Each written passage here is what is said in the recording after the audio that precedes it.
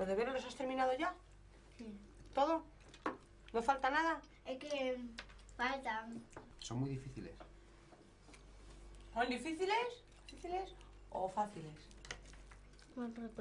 Cuando nos confirman el diagnóstico, pues por la cabeza pasan muchas cosas. Pues pasa que no conoces qué es lo que hay que hacer a continuación, que estás lleno de dudas, lleno de miedos, y automáticamente piensas en el futuro y no ves futuro, ¿no? Lo ves todo negro, todo son dificultades y se pasa mal. Cuando yo era pequeña, tendría unos 6, 7 años, un día vi a mi madre coger el teléfono y ponerse a hablar. Y yo pensé, si mi madre oye, y yo no. Cuando era pequeño, pregunté a mis padres por qué todos los oyentes podían oír y yo no podía oír. Mis padres intentaron explicármelo, pero no de forma muy clara. En ese momento me sentía como si yo fuera el único. Y yo no paraba de pensar que mi padre oía, mi madre oía a través del teléfono, mi hermano también, y hablaban entre ellos, y yo no. Entonces le pregunté a mi madre, mamá, ¿cómo puedes oír a través del teléfono? Y mi madre me respondió, hija, es que tú no oyes, es que tú y yo somos diferentes. Hasta que me encontré con una persona sorda, hablé con él y me di cuenta que dependía de las personas. Ahí descubrí que yo era sordo y que había otras personas sordas también. Me quedé sorda a los 8 años. No sé si a consecuencia de una parotitis o a consecuencia de un antibiótico. Pero no fue una pérdida súbita de audición, sino gradual, poco a poco. Cuando te enteras de que tu hijo es sordo, primero tienes una fase de desconcierto total, pero no es una enfermedad, no está malita, no hay que medicarla, no corre peligro su vida y lo aceptas, pues lo aceptas mejor de lo que te crees. Antes de aprender lengua de signos, yo era oralista y no aceptaba que era sorda. Vivía en un pueblo pequeño, en un mundo de personas oyentes, y yo me preguntaba por qué ellos podían oír y yo no. Entonces, cuando era pequeña, esto me creó un malestar. Con Raquel inmediatamente sentimos alivio al conocer, al vincularnos a las personas sordas, al conocerlas, alivio al ver que, bueno, pues que las dificultades se pueden salvar y que bueno, pues luchando y esforzándonos podíamos conseguir avanzar y normalizar esa situación. Y también nos dimos cuenta de que la niña era feliz y si la niña era feliz, éramos felices todos. En el instituto conocí a un profesor sordo y él me aconsejó que lo mejor es que fuera una asociación de sordos, que allí iba a aprender la lengua de signos, que es otra lengua. Entonces me he dado cuenta que mi vida antes y ahora no tiene nada que ver, es muy diferente.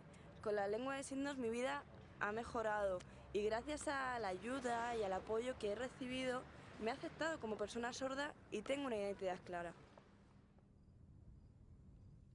Cuando yo nací yo era oyente, pero bueno, al cabo del tiempo pues caí enferma del sarampión y bueno, me puse muy mal y me tuvieron que llevar a urgencias y allí me pusieron un tratamiento que me afectó y perdí el oído. Va pasando el tiempo y te vas dando cuenta de que, bueno, pues de que tampoco es una discapacidad que le tenga por qué impedir hacer una vida normal si recibe todas las ayudas y todos los apoyos que va a necesitar en el futuro, que eso es lo que teníamos claro que le íbamos a dar. En las reuniones familiares, cuando yo estaba con mis padres, pues no entendía nada cuando me hablaban porque no vocalizaban claro. Unos porque no vocalizaban, otros porque vocalizaban demasiado, hablaban entre dientes y yo me sentía mal. Y mi hermano igual, cada vez que me hablaba, se movía un montón, no mantenía el contacto visual, bueno, es que aquello era un mareo.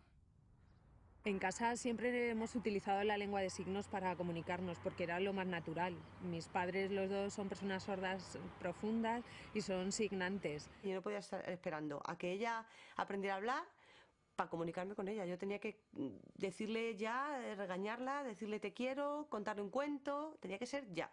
Y ya la única forma era en lengua de signos. Con el paso del tiempo, vi a personas sordas que hablaban en lengua de signos y yo lo comparaba con lo que había visto de la lengua oral y la lengua de signos me parecía mucho más comprensible porque lo podía entender todo. Yo con mi madre hablaba siempre. Mi madre no utilizaba la lengua de signos con nosotros. O sea, tú no signabas con nosotros, o muy poco, solo hablabas. Entonces mi padre siempre quedaba un poco aparte, ¿no? Un poco marginado de la familia. En esta casa la lengua de signos ha aportado mucho. Ha aportado que yo he aprendido un idioma que no sabía. Tengo amigos adultos sordos que son estupendos y que no hubiera tenido si no hubiera sido por Raquel. Y ha aportado pues que nos hemos movido en un entorno que no conocíamos y que nos ha encantado.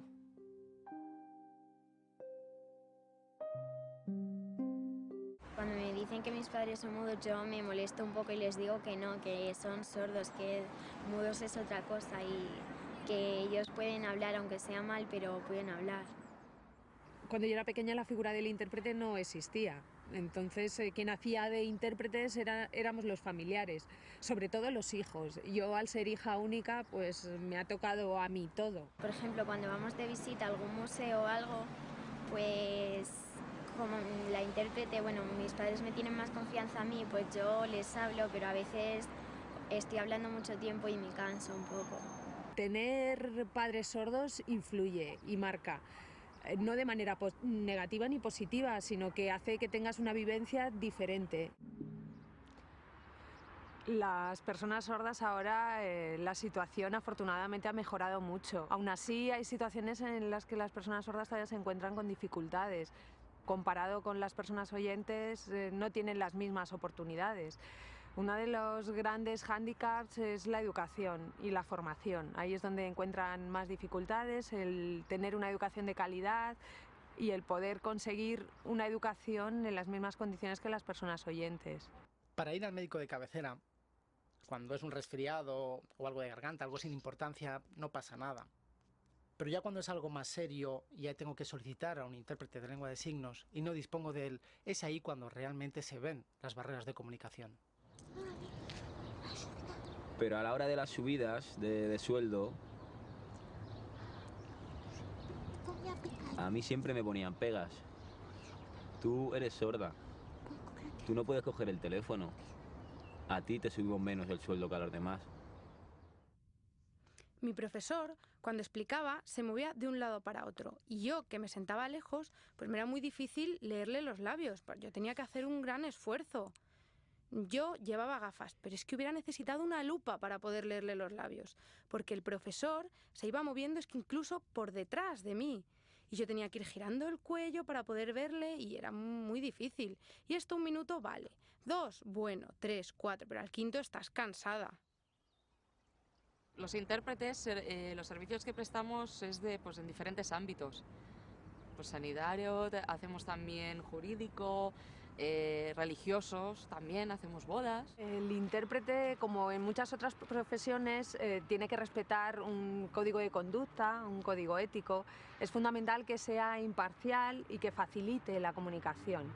Tiene que ser fiel a lo que se diga, transmitir toda la información y sobre todo intentar pasar desapercibido. Cuanto menos se haga notar el intérprete, mejor está desarrollando su trabajo. Se tendría que asesorar también, por ejemplo, a los usuarios de quiénes somos, ¿sabes? Porque muchas veces, pueden llegar a pensar que que la responsabilidad recae sobre nosotros, pues no lo es. O sea, y eso es falta quizás también de información al usuario sordo. El usuario sordo tiene que tener en cuenta que nosotros somos esa especie de puente de comunicación entre tú y la otra persona.